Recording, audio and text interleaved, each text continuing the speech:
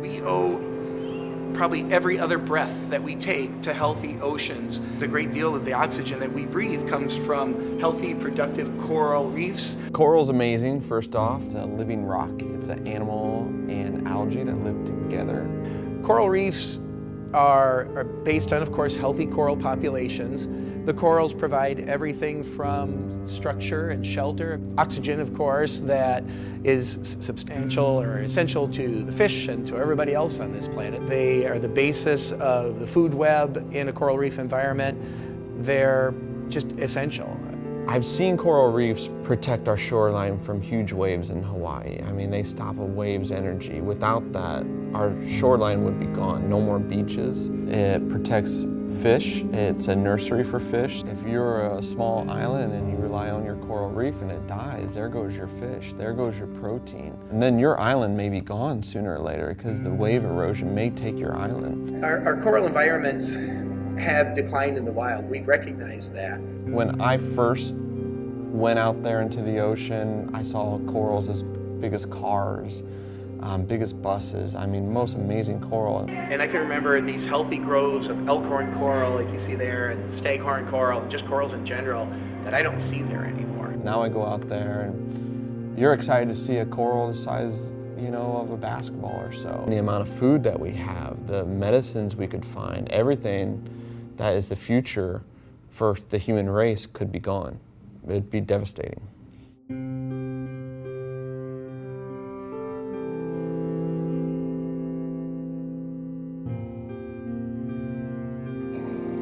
I've traveled around the world, from the Arctic to Southeast Asia, and places I've dived, I can always see evidence that we've been there, even if that evidence drifted 3,000 miles to get there. So things have really changed just in those couple of decades. With imbalance, with a dwindling sea urchin population, with our effects on our climate and our effects on water quality, we've seen a decline in healthy corals. We don't have that reef anymore. The oxygen that it created is gone. The fish that used to reproduce there are gone. Coral reefs are kind of like a filter for our ocean. Without them, that's gone. It's many, many-fold the threats to the corals. Temperature changes alone. A temperature change in an environment, if you're a fish, you might be able to move to cooler, deeper water. You might be able to adapt. The corals aren't going anywhere. So just 1 or 2 degrees Celsius temperature change can have a dramatic effect on that coral. And humans have a lot of interaction with corals and coral reefs right now. We do overfish quite a bit, so we're taking the fish off the reefs that would either clean the reefs or have babies, or their babies would feed the coral reef.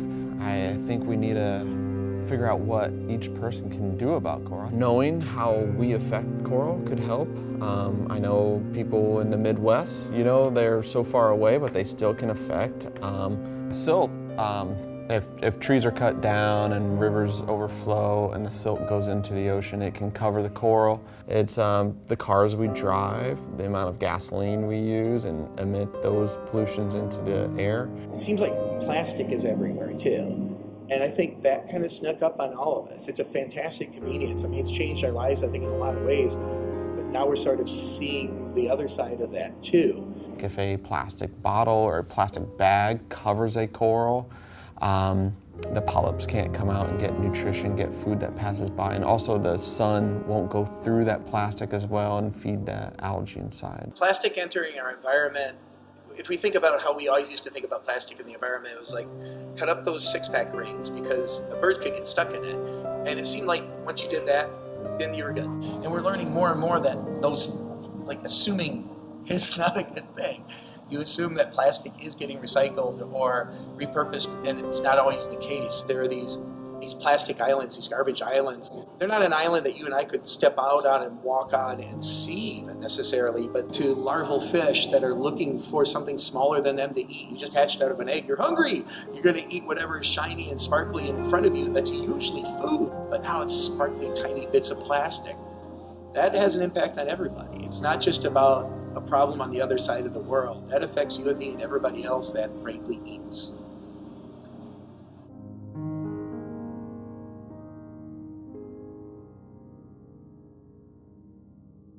It's heartbreaking.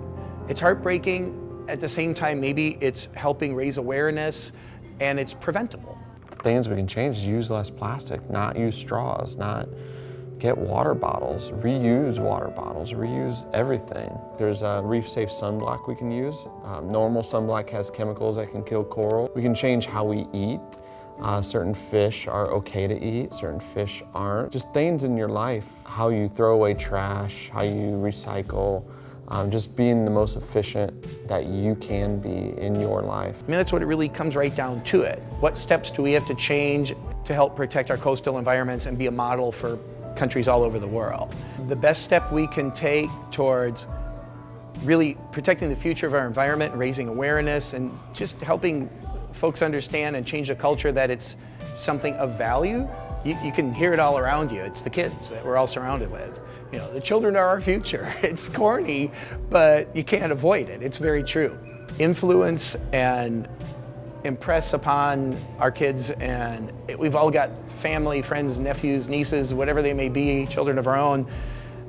We can do that better than ever these days, and that's why I think it's really exciting.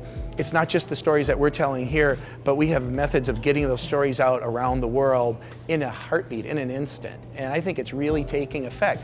We're seeing cultural change in societies that used to look at a shark as merely some parts for a soup to standing up for those animals now. I mean, when it's changing in parts of the world that maybe you thought there was not a hope for that cultural change because it's hundreds of years old or thousands of years old, now it can still change, and we're seeing evidence of that, and that's highly encouraging.